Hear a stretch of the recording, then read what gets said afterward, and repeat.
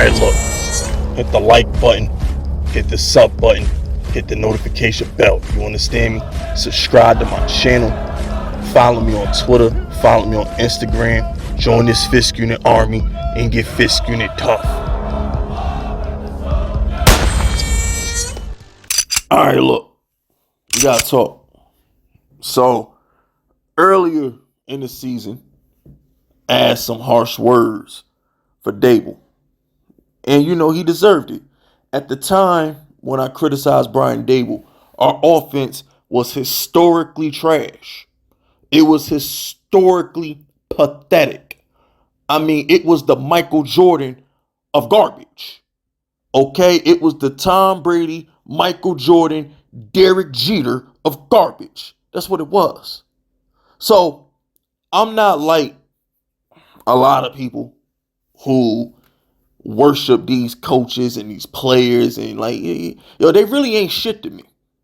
They put their pants on one leg at a time like me. They want their dick sucked and their dick rolled every day like me. Okay? They ain't no different than me. So I'm not going to put nobody on a pedestal. Nobody is above criticism on my platform. The closest you are going to get to a player who was damn near above criticism on my platform was Daniel Jones.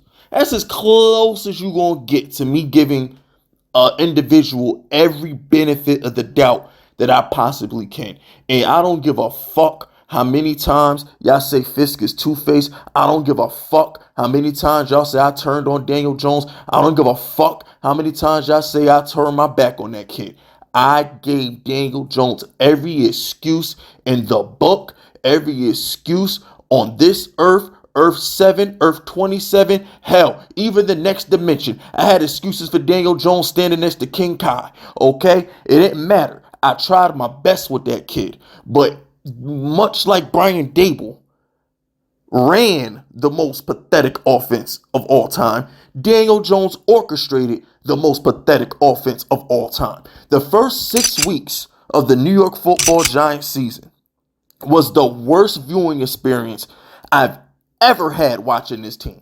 And that's saying something. I'm talking QB sneaks. I'm talking free large sodas, Odell Beckham trades, boat trips, touched by the hand of God, drafted running backs number 2. I mean, I've been through a lot with this franchise. But the first 6 weeks of the 2023 season was by far my most miserable time rooting for this team. I will never forgive Daniel Jones for the first 6 weeks of this season. I just can't. I can't get it out my head. How we go a whole damn near 2 months without a first half touchdown?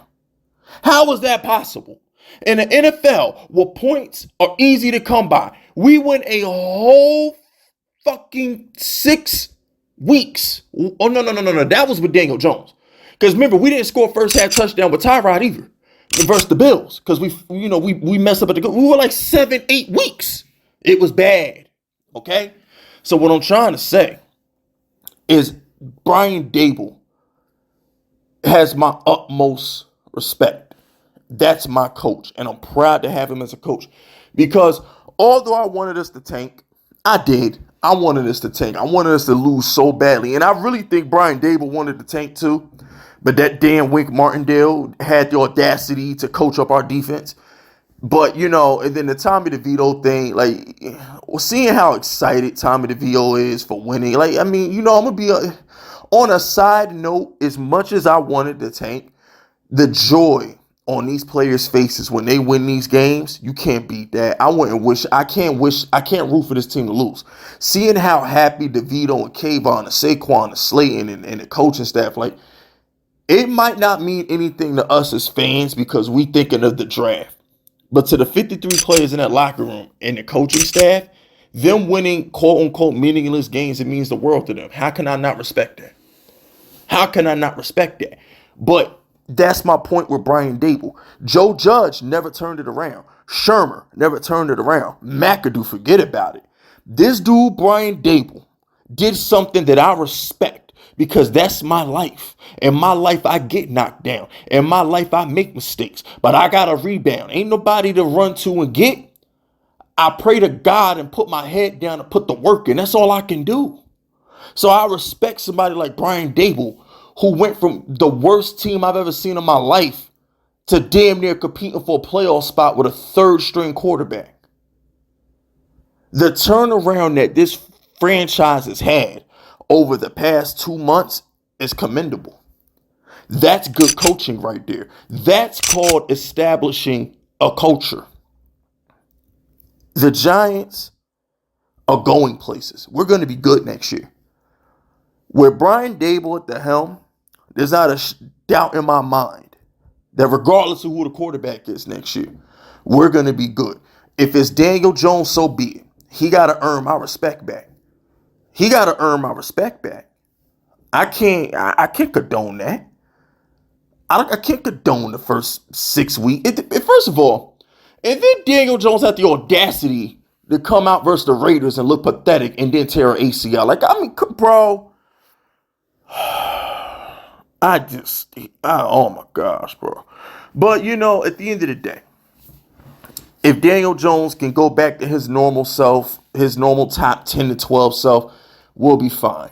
But I really feel like Brian Daboll's going to get his guy, and I trust Brian Daboll with Jaden Daniels.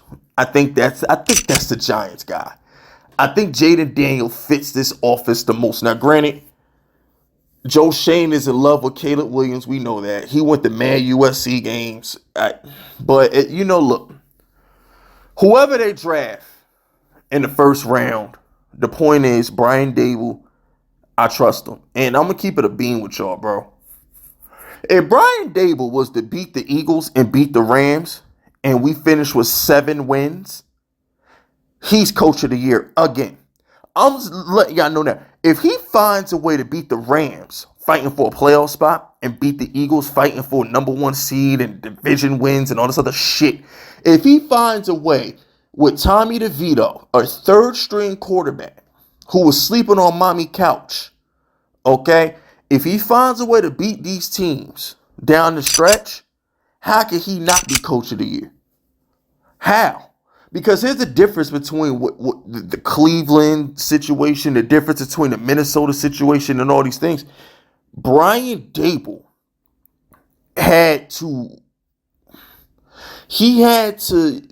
you remember that scene in The Dark Knight, the third one, whatever the name of the third one was. Remember when Bane broke Batman's back and threw him into prison with the daylight? You know what I'm saying? He threw him into prison. He broke his back and threw him into prison. That's basically what Daboll had to overcome. Daboll had to climb out the prison. You see, a lot of these teams, Cleveland had a winning record. Minnesota had a winning record. There was no adversity. Daboll had a 2-8 team that was the embarrassing, most pathetic, most garbage. Like, I'm running out of negative things to say about the team, for crying out. I need one of those Stephen A. dictionaries to come up with a new word to describe how trash we were at 2-8. He had to bring that team all the way up from being all the way down. That's coaching. That's the coach of the year. That's adversity. That's gaining the respect of your locker room and the organization and the fan base. He's creating a winning, never say never, never die culture, and I love it. The Giants have something that we haven't had since the Strahan, Ozzie Tuck days. That's integrity. We have a backbone. We ain't going to lay down for nobody. And I respect that about Brian Daboll. I do. So the 5th unit question of the day is this. How much credit are we going to give Brian Daboll for this turnaround? Are we giving it to Brian Daboll? Or are we going to chalk it up to lucky schedule?